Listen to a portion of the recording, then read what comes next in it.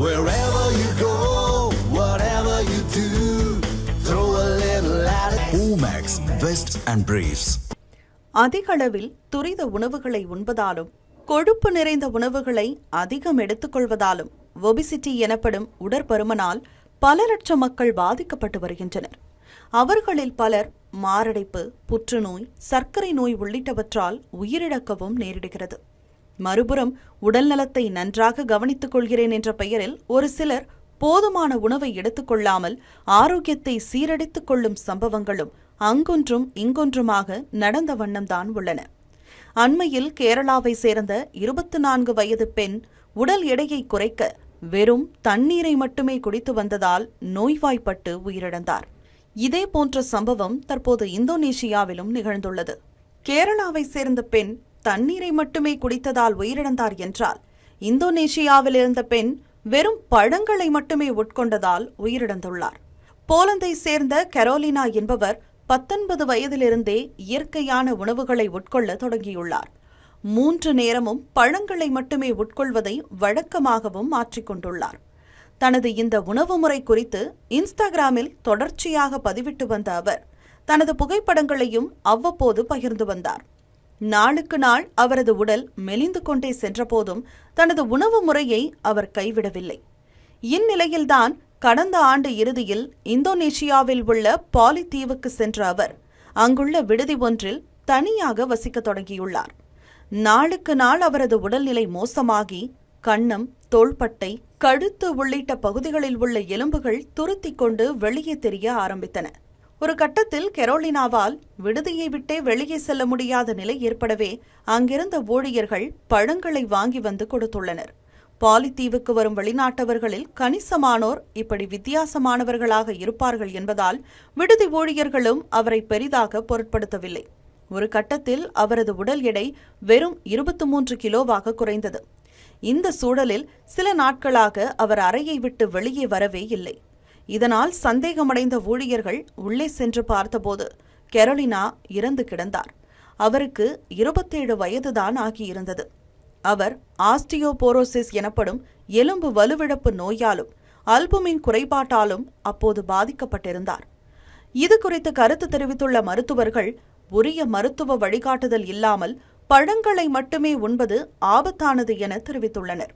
பழங்களில் வைட்டமின்கள், நார்ச்சத்து அதிகம் இருந்த போதிலும் அவற்றில் புரதம், கொழுப்பு, விட்டமின் B12 போன்றவை அதிகளவில் இல்லை என்பதையும் அவர்கள் சுட்டிக்காட்டுகின்றனர். அதிகளவில் துரித உணவுகளை எடுத்துக்கொள்வது ஒரு எல்லை என்றால், போதிய சத்துள்ள உணவுகளை தவிர்ப்பது மற்றொரு எல்லை. இந்த இரு எல்லைகளுமே உடல் ஆரோக்கியத்தை சீரழிக்கும் என மருத்துவர்கள் எச்சரிக்கின்றனர். Wherever you go, whatever you do, throw a little at it. Omax, Vest and Briefs.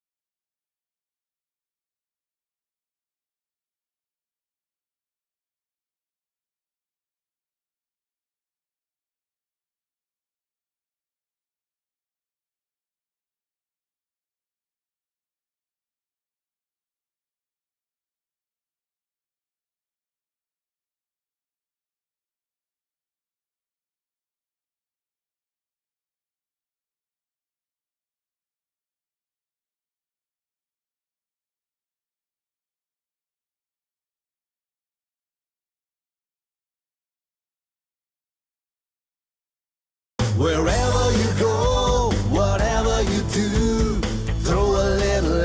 Omax, Vest and Briefs. Automobile துறையில் அரிய வகை காந்தங்களின் தேவை தவிர்க்க முடியாததாக உள்ளது. குறிப்பாக வாகனங்களில் பொருத்தப்படும் பேட்டரி உள்ளிட்ட சாதனங்களில் இந்த வகை காந்தங்கள் அதிகளவில் பயன்படுத்தப்படுகின்றன. இத்தகைய காந்தங்களை பெற பெரும்பாலான நாடுகள் சீனாவையே நம்பியுள்ளன. இதனால் உலகம் முழுவதும் உள்ள காந்தங்களின் தேவையில் 90% சீனாதான் பூர்த்தி செய்து வருகிறது. இந்த சூழலில்தான் கடந்த ஏப்ரல் மாதம் காந்த ஏற்றுமதியை சீனா திடீரென நிறுத்தியது. இதனால் உலகின் அனைத்து நாடுகளும் பெரும் பாதிப்பை சந்தித்தன. முன்னணி வாகன உற்பத்தி நிறுவனங்களும் சரிவை சந்திக்கும் நிலைக்கு தள்ளப்பட்டன. அரிய வகை காந்தங்களை வழங்காவிட்டால் 200% வரி விதிக்கப்படும் என ட்ரம்ப் எச்சரிக்கை விடுக்கும் அளவுக்கு நிலைமை சென்றது. இருப்பினும் காந்தங்களை ஏற்றுமதி செய்ய முடியாது என்ற முடிவில் சீனா உறுதியாக உள்ளது. இதனால் வேறு யாரிடம் காந்தங்களை பெறுவது என தெரியாமல் உலக நாடுகள் கையை பிசைந்தபடி உள்ளன. காந்தங்களின் தட்டுப்பாடால் இந்தியாவின் ஆட்டோமொபைல் துறையும் பாதிப்பை சந்தித்துள்ளது. இந்தியாவிற்கு காந்தங்களை வழங்க சீனா தயாராகத்தான் உள்ளது.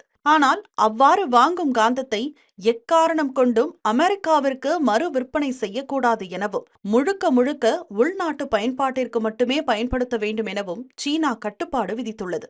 இதுகுறித்து மத்திய அரசு ஆலோசனை நடத்தி வரும் நிலையில் உள்நாட்டிலேயே காந்தங்களை உற்பத்தி செய்யவும் முடிவெடுத்துள்ளது. சீனாவிடம் 44 மில்லியன் டன் அரிய வகை தனிமங்கள் உள்ள நிலையில் இந்தியாவிடம் 7 மில்லியன் டன் அளவுக்கு அரிய வகை தனிமங்கள் இருப்பதாக புள்ளி விவரங்கள் தெரிவிக்கின்றன.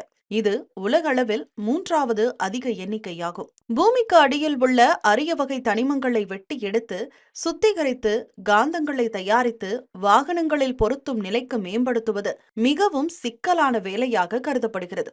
இந்த சிக்கலான வேலையை சிறப்பாக செய்து முடிக்க மத்திய அரசு 7,350 கோடி ரூபாய் மதிப்பிலான திட்டத்தை கொண்டுவரவுள்ளது.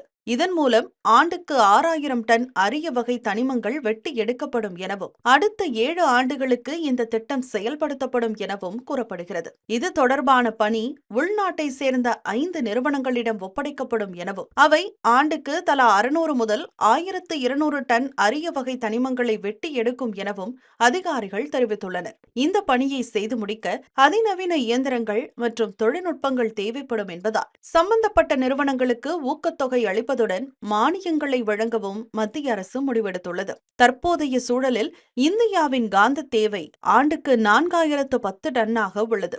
2030ஆம் ஆண்டு இந்த தேவையின் அளவு 8,220 டன்னாக உயரும் எனவும் கூறப்படுகிறது. இந்த சூழலில் உள்நாட்டிலேயே அரிய வகை காந்தங்களை தயாரிக்கும் மத்திய அரசின் முடிவு நீண்ட கால நோக்கில் சிறப்பான பலனை அளிக்கும் என வல்லுநர்கள் தெரிவிக்கின்றனர். Wherever you go, whatever you do, throw a little at it. Omax, Vest and Briefs.